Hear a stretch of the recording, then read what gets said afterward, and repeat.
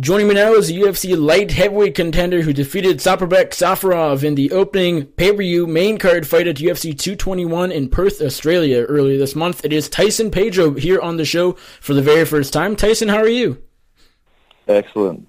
Very good to be on the show. Thank you for having me. Yes, sir. Thank you so much for taking time. I appreciate it. And congratulations on the win earlier this month. I got to imagine, obviously, a first-round submission win over Safarov. Were you happy with it?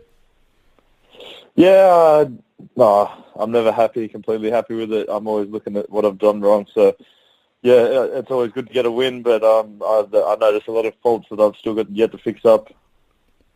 What do you feel you didn't do so good? Because, I mean, it seemed like a fairly flawless performance to, I think, a lot of people. But, you know, yourself is your own sort of, or the biggest criticizer, sort of.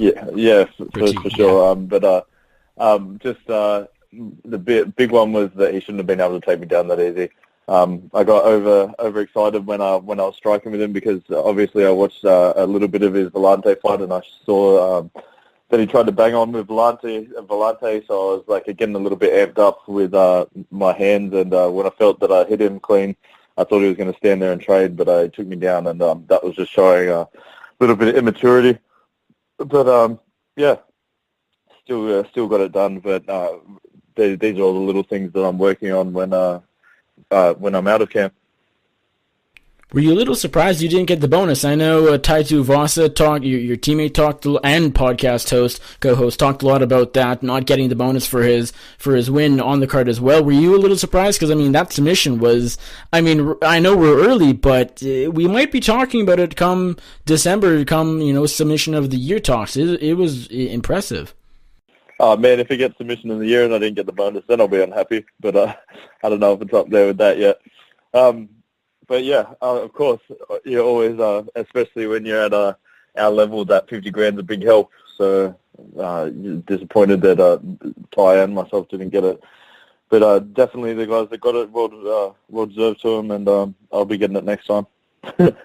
You are fairly well-rounded. You've won in the UFC. You're fairly new to the UFC. You've had a few fights, but you've won by knockout. You've also won by submission, not including this one over Safarov, I believe. Did you see the submission being sort of the way you would beat Saparbek, just because he's a bit of a banger on the feet? I know he's a wrestler too, but we saw in the Jean Vellante fight, in his last fight before this one, he went out there, just stood in front of Jean. Did you sort of see that your biggest advantage would be in the submission department? No, not at all. I found out just before the fight that he was Sambo world champion, so I was surprised to find that out. But I actually wanted to stand on the feet with him. I was hoping for it. So just because in my fights, that's what I want to get more out of it. I think the Latifi fight, I think I've thrown 12 or something combined in those other fights. So I'm just trying to get as much ring time, octagon time as I can, and I'm still not showing 100% of what I'm capable of and what I'm doing in training. So once that comes out, then that's when I'll really be happy with my performances. And as far as you not realizing that Safarov was a Sambo guy, did you just think he was more of a straight? Is that you didn't do your research or? No. I just got told late. I didn't see that type of game when we were watching him. That was just a surprising fact to find out. He just didn't seem like that was his style. Did that throw your game plan off at all? No, not at all. I sort of like it. Like I've said a few times, the reason why I don't watch as much tape is because you don't know what they're going to come in with fighting. As you saw in the Vellante fight, he just stood with him. In the fight before that, he only went for the takedown. So you don't know what someone's going to bring, so just be ready for all of it. How did you celebrate? This, of course, was in Australia, where you're from. You had your teammate, Taito Vasa, also win on the card. Mark Hunt fell short, but still put on a good fight against Curtis Blades in the co-main. How did you celebrate? It was a big celebration. We had a big after party that night at Eve nightclub. We all had our same after party together, and it got pretty crazy. But then I went to Bali for 2 weeks, and I just had a quiet time holiday with my wife, so kept it nice and quiet. Was that sort of what you wanted? Just sort of lay low for 2 weeks, not have to do training. Are you a guy who typically likes to jump right back in the gym, or take a little while off? I like to jump back in, but I give myself at least a week, 2 weeks. I've already started training again now, but I like to have 2 weeks of just nothing, because I go pretty introverted the last couple of weeks leading up to my fight. So I get pretty in the zone. So it's good just to have that turn off afterwards. Right after Ty's fight, they showed on the broadcast he grabbed the fan's beer and drank it out of a shoe. I gotta ask you, at your post-fight after-party celebration, did you top that? I would think not. I mean, that's kind of crazy. At the after-party? Yes. There was a lot of shoes done that night. Is that more?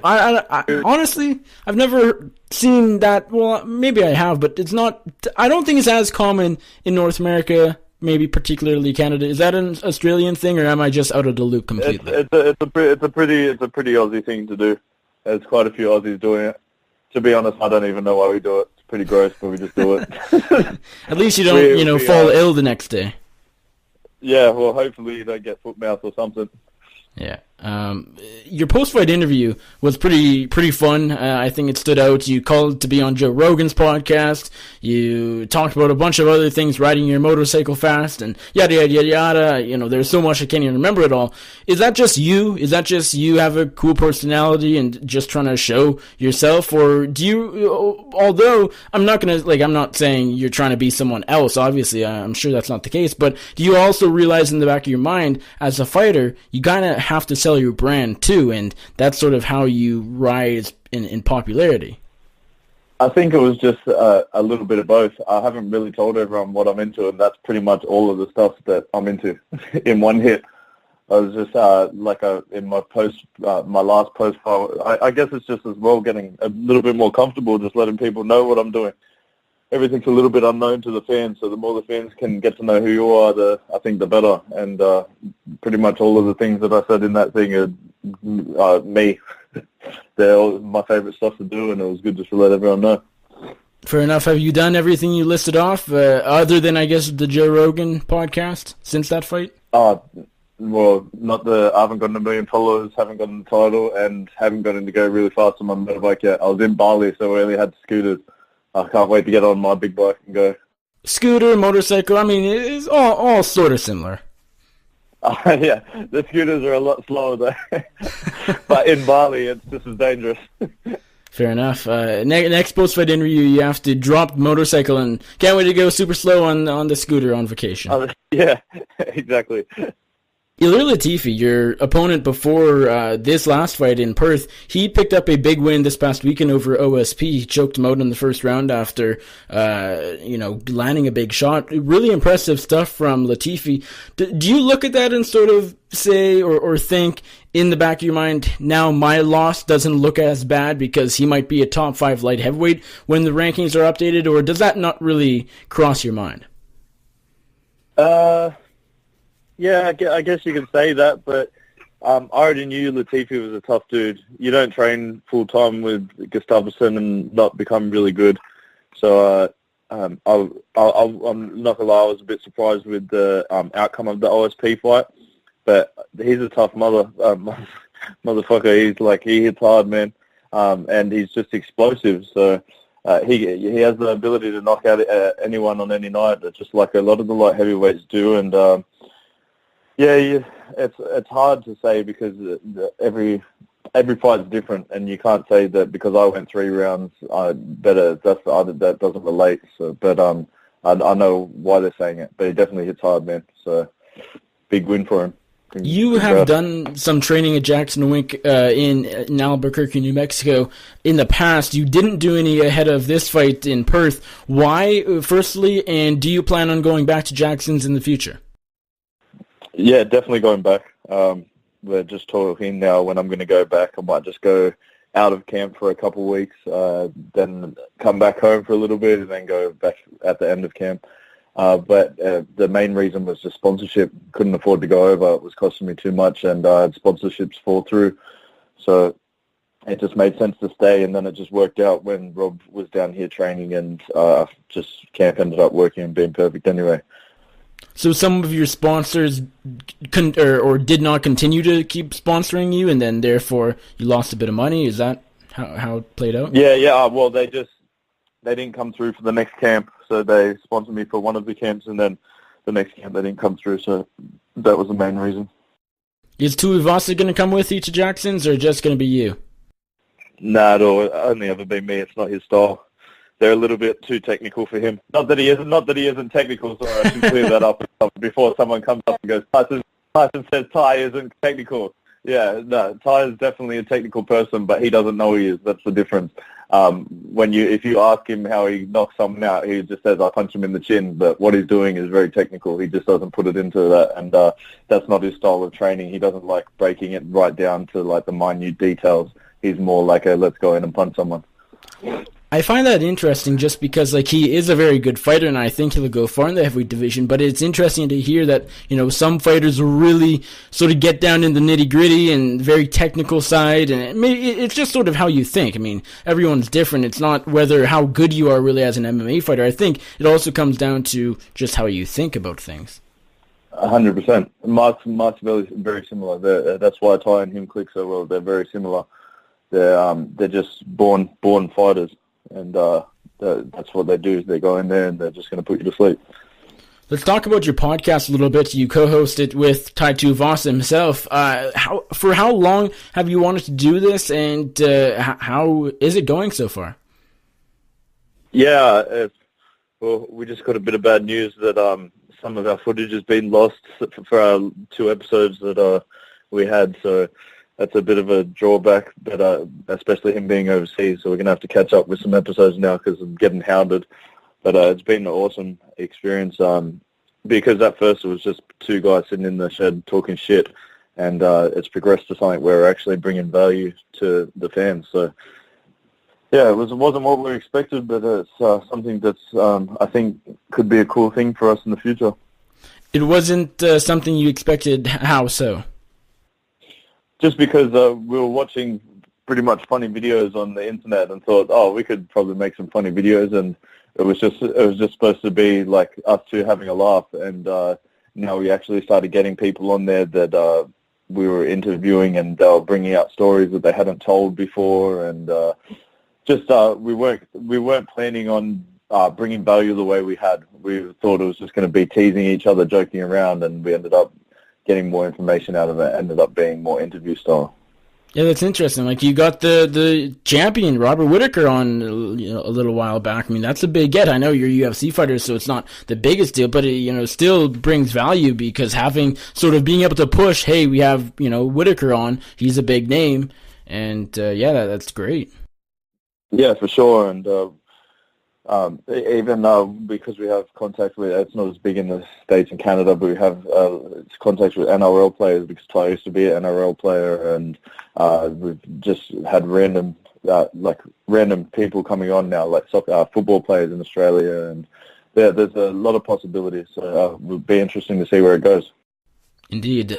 What's next for you? You're number 12 in the 205-pound division.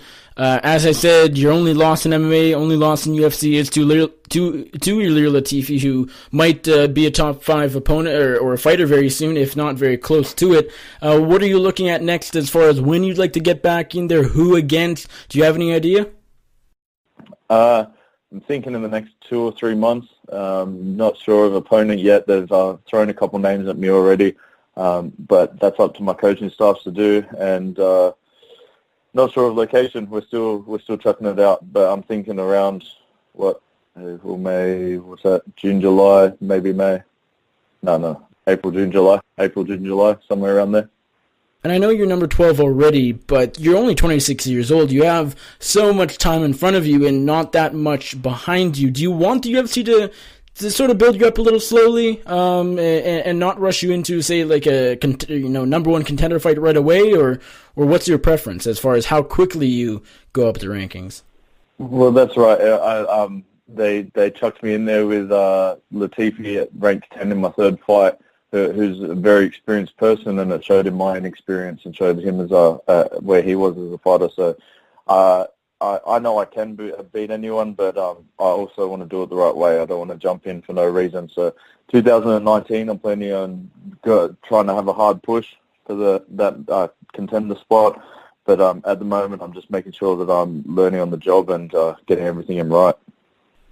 So 2019, you think you'll become a sort of in the title mix, so to speak, right? Maybe title fight by 2020. Is that? I mean, we're thinking so far ahead, but does that sort of line up to your liking? Yeah, that's my timeline.